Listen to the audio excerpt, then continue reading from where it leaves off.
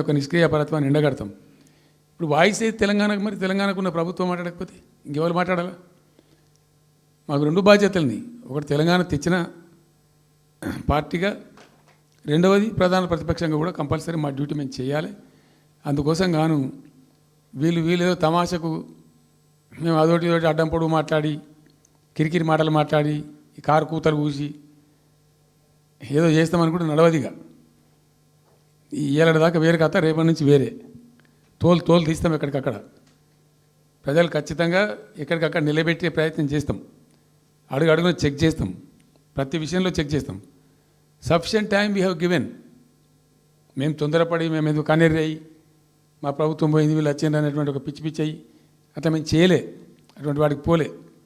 ఇష్యూల మీద పోరాడుతున్నాం, ఒకే fee reimburse మీద పోరాడుతున్నాం, ఇంకోటి పోరాడుతున్నాం, రకరకాల భూదందాల మీద, దోపిడీ మీద, అలాగా చెర్ల మీద, చెర్ల మీద పోరాడుతున్నాం. పార్టీ కొట్లాడుతున్నది, తప్పకుండా తప్పదు కాబట్టి కొట్లాడుతాం. ఇప్పుడు మొత్తం మొదటికే ముప్పొచ్చే పరిస్థితి ఉంది.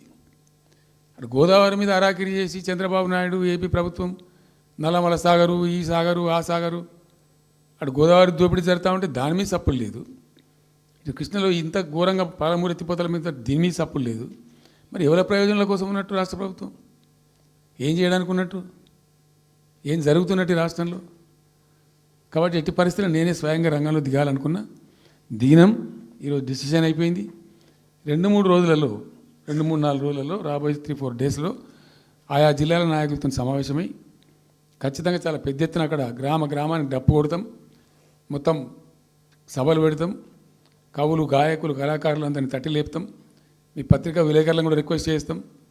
అక్కడ జరిగే అన్యాయాన్ని, ప్రజలకు జరిగేటువంటి అన్యాయాన్ని, ఈ జలదోపిడిని అరికట్టాలని ఈ కేంద్ర ప్రభుత్వం అవలంబిస్తున్న విధానాన్ని కూడా తప్పకుండా చేస్తాం. ఇన్ని రోజులు ఒక రకంగా పోయినాం, కానీ ఇక తప్పేటట్లేదు. ఇప్పుడు ఎవరితోనైనా సరే కొట్లాడతాం, తెలంగాణ కోసం భయపడం, యాందాకైనా పోతాం, ఈ కొండ మీద గోపైనా సరే కొట్లాడతాం, తప్ప ఇడిచిపెట్టాం. ఇక్కడ ఏమి ముఖాలు చూసేది కానీ ఇంకోటి కానీ నైసిటీస్ ఏమి లేవు. There is no necessity at all. Will fight, డెఫినెట్గా ఫైట్ చేస్తాం. ఎందుకంటే రక్షించుకోవాలి, రాష్ట్రం యొక్క హక్కులు రక్షించుకోవాలి, నీళ్ళు రక్షించుకోవాలి, రాష్ట్ర ప్రజల ప్రయోజనాలు రక్షించుకోవాలి. ఈ విధంగా ఇప్పుడు మా కళ్ళ ముందే జరిగినటువంటి దీనిలో ఈ దుర్మార్గంలో ఎట్లా మౌనం పాటిస్తాడు కేసీఆర్? ఎందుకు మౌనంగా ఉంటాం? ఎవరి కోసం ఉంటాం? ఎందుకోసం ఉండాలి? కాబట్టి అరాకిరి ముచ్చట్లు కావు. ఇష్టం వచ్చినట్టు మాట్లాడి, ఇష్టం వచ్చినట్టు ఆల్తు ఫాల్తు కూతలు కూసి ఏదో చేస్తామంటే అది జరిగేది కాదు, జరగనీయం. రెండవది, ఈ ప్రభుత్వం కూడా సర్వభ్రష్ట ప్రభుత్వం, సర్వంలో భ్రష్టమైంది. మేము చెప్తా, బీజేపీ కథ కూడా చెప్తా. ఎందుకు చెప్పా? డెఫినెట్గా చెప్తాము.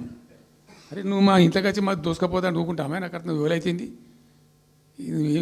ఏమైనా ఉండొచ్చు కాక, ఏమైనా ఉండకపోవచ్చు కాక, నీ చేయబెట్టి పైసలు కూర్చుకుంటా అంటే ఊరుకుంటామా? సాధారణ కాడికి కొట్లాడతాం కదా. యాక్చువల్లీ ఒక పద్ధతిలో ఈ రాష్ట్రం ఒక క్రమ పద్ధతిలో మంచిగా ముందుకు పోతూ ఉంది. సంక్షేమం విషయంలో కానీ, అభివృద్ధి విషయంలో కానీ, పారిశ్రామికీకరణలో కానీ, ఐటీ రంగంలో కానీ, క్రైమ్ తగ్గించడంలో కానీ, లా అండ్ ఆర్డర్ మెయింటైన్ చేయడంలో కానీ ఒక మంచి పద్ధతిలో పోతూ ఉంది. ఇవాళ ఏందండి, జంట నగరాలలో పట్టభాగాలు నడి రోడ్డు మీద హత్యలు జరుగుతున్నాయి, అడిగే దిక్కు లేదు, మానభంగాలు జరుగుతున్నాయి, రేపులు జరుగుతున్నాయి. ఎన్సీఆర్బీ రిపోర్ట్ ప్రకారంగా 20% క్రైమ్ రేట్ పెరిగింది తెలంగాణలో. పీస్ఫుల్ స్టేట్ ఉండే, ఫ్రెండ్లీ పోలీసింగ్ ఉండే, అవన్నీ ముఖ్యమైపోతున్నాయి ఇవాళ తెలంగాణలో. చూస్తున్నాం మేము, మనం పాటించడానికి చూసుకుంటూ, గమనించుకుంటూ, రికార్డు చేసుకుంటూ అని చర్చ చేస్తున్నాం. ఎప్పటికప్పుడు పెరిగిపోయినాయి. వాగ్దానాలు ఏంటంటే వీళ్ళు చేసినాయి? మంచిగా ఉన్న ప్రజలను, మాకు ఓటేసే ఉద్దేశంలో ఉన్న ప్రజలను పచ్చి అబద్ధాలు టెంప్ట్ చేసి, మోసం చేసి, ఈ రాష్ట్ర ప్రజానీకాన్ని మోసం చేసి, దొంగ మాటలు చెప్పి, మాయ మాటలు చెప్పి, అర్రాస్ పాటలు వాడినట్టు వాడినండి, వేలం పాట వాడినట్టు. కేసీఆర్ 10,000 ఇస్తాడు రైతు బంధుకు, మేము 15,000 ఇస్తాం. మహిళలకు 2,500 ఇస్తాం. కేసీఆర్ కళ్యాణ లక్ష్మి ₹1,00,000 ఇస్తాడు, మేము తులం బంగారం ఇచ్చి కల్పిస్తాము. మీరు పెళ్లిళ్ళు చేసుకోకుండా ఆపుండ్రి. ఇదే ప్రభుత్వం మీరు చెప్పినటువంటి మాటలు పెళ్లిళ్ళు చేసుకుంటూ ఆగిపోండి. మీరు నవంబర్లో చేసుకునే బదులు డిసెంబర్లో చేసుకుంటే తులం బంగారం కూడా వస్తుంది. ఉపన్యాసాలలో చెప్పినండి, మా దగ్గర ఉన్నాయి ఆ క్యాసెట్లని. ఇంకేం చెప్పిండ్రు? పెన్షన్ తీసుకునే ముసలి ఎవరు అవుతున్నారో నవంబర్లో తీసుకోకుండా డిసెంబర్లో 4,000 వస్తుంది. తెల్లారే ఇంకేం మాట్లాడిండ్రు? ఏంటిది అది? 2 లక్షల రుణమాఫీ అని నరికిండ్రు. ఉరుకుండ్రి బ్యాంకుల పంట పోయి జల్దీ తెచ్చుకోండి. ఇక ఒక్కటి కాదు, అట్లా అర్రాసి పడబడినట్టే. చివరికి విద్యార్థులకు, పాపం పేద విద్యార్థులకు ఇండియా ఒక స్కూటీలు కాదా బాబు, చాలా ఉన్నాయి. శాంతాడంత లిస్ట్ 420 హామీలని చాలా ఉన్నాయి. నేను కొన్ని హైలైట్ చేసి చెప్తున్నాను. టెంప్ట్ చేయడంలో ఫర్ ఎగ్జాంపుల్ ఇప్పుడు ఇండియా మొత్తంలో ఎక్కడ ఇయ్యరండి. మేము మొత్తం కూడా 100% సమ్మిళితమైన అభివృద్ధితో మేము ముందుకు పోయినాం.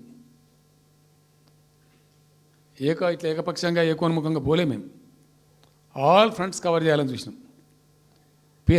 పేద పిల్లలు ఉంటారు, వాళ్ళకి పాపం విదేశీ విద్య లేక సీట్ వస్తుంది.